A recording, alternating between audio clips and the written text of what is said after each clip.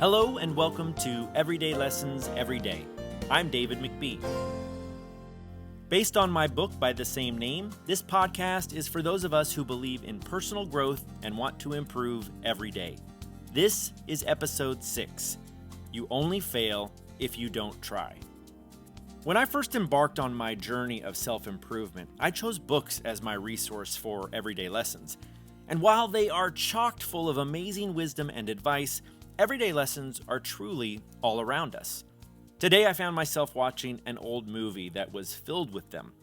I loved the movie Heart and Souls when it came out in 1993, and it remains one of my all-time favorites. It's right up there with Overboard. You know, Goldie Hawn and Kurt Russell. If you don't know what I'm talking about, you're going to need to find both of these movies and watch them tonight, okay?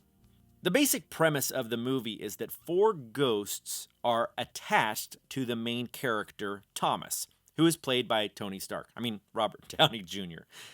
Anyway, with Thomas's help, these ghosts have the opportunity to do the one thing that would have made their lives complete before moving on. One of the characters has to right a wrong he committed. Another wants to see her kids one more time. A third carries regret that she never told the man she loved how she felt about him. All good lessons in and of themselves, but it's the 4th one that really got to me.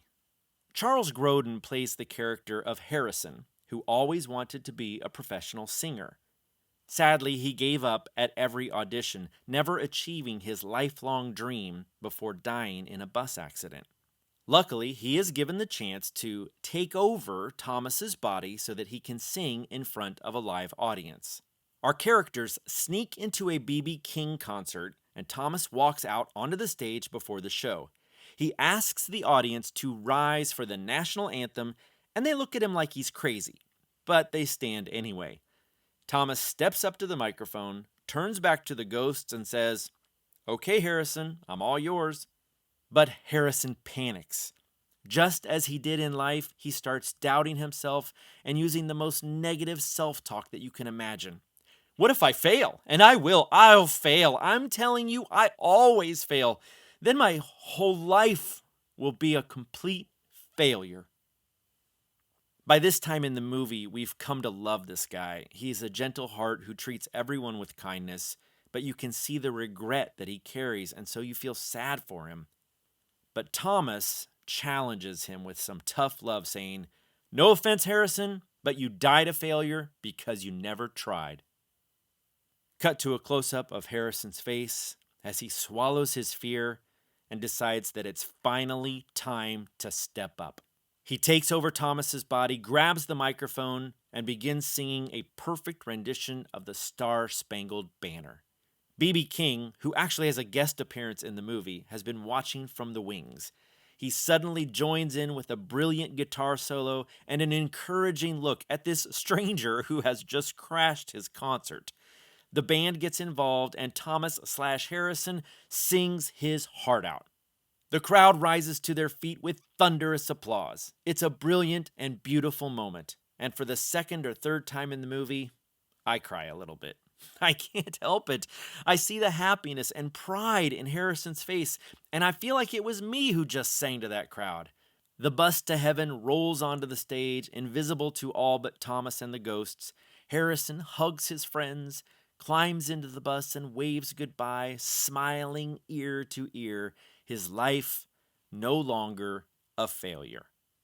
Let's talk about that line that Thomas used that finally got Harrison to take action. He said, "You died a failure because you never tried." That got me wondering how many people there are in the real world who die never having even tried to accomplish their lifelong dreams. How many of us give up the dreams of our youth for a steady paycheck and a mortgage? How many of us have a big, fat, hairy goal that we'll never achieve, not because we aren't capable or talented or hard enough workers, but simply because we never try? I know one woman who was willing to risk failure in order to pursue her dream. My wife, Emily, was an insurance adjuster for over 15 years. Yep, she got to tell you what your car was worth when you wrecked it. Now, doesn't that sound like fun? I don't know. Have you ever been happy with an insurance adjuster? Okay, maybe. But I can tell you that a lot of the time, she and her customers didn't always agree.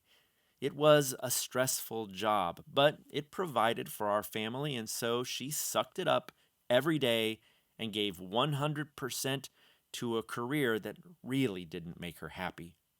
On one hand, that's commendable. Emily is certainly the kind of person to put other people's comfort ahead of her own. But a person can only do that for so long before they burn out. By this time in her life, Emily had discovered something about herself that she didn't know when she was getting her career started in her 20s. Having coached our daughter's 8U softball team and having been Tanner's Cub Scout den mother, she figured out that she loved the little ones. So when Zoe's softball career took her to another coach and Tanner moved on to Boy Scouts, Emily found herself wanting to shape young lives. But the prospect of quitting a good-paying job, going back to school, well, how does that sound to you? I think it sounds freaking scary, and guess what? It was.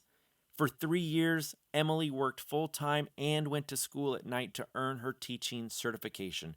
She worked her butt off, and it was all worth it. Today, she has a career where people aren't yelling at her because they think their Toyota is worth more than $9,000. Today, she has a career where she gets hugs and handwritten letters of gratitude. Today, she gets the love of children and the respect of their parents. And she gets all these things because she tried. Yes, there are everyday lessons in this story about setting goals and hard work and perseverance.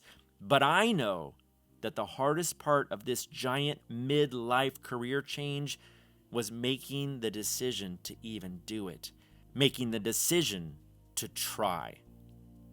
And so I challenge you, get out a Sharpie and write the word try on your wrist.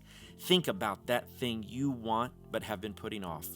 Stop being so afraid of failure that it stops you in your tracks before you even get started. Just try. I can't promise you'll succeed. In fact, you might fail. That's okay too, because we learn from failure. Or you may learn in trying that you didn't want it that bad in the first place, and now you can have a new dream. At least you won't be a failure because you didn't even try. Let me know what happens when you implement this lesson. I'll see you next time. Now go out there and do something awesome.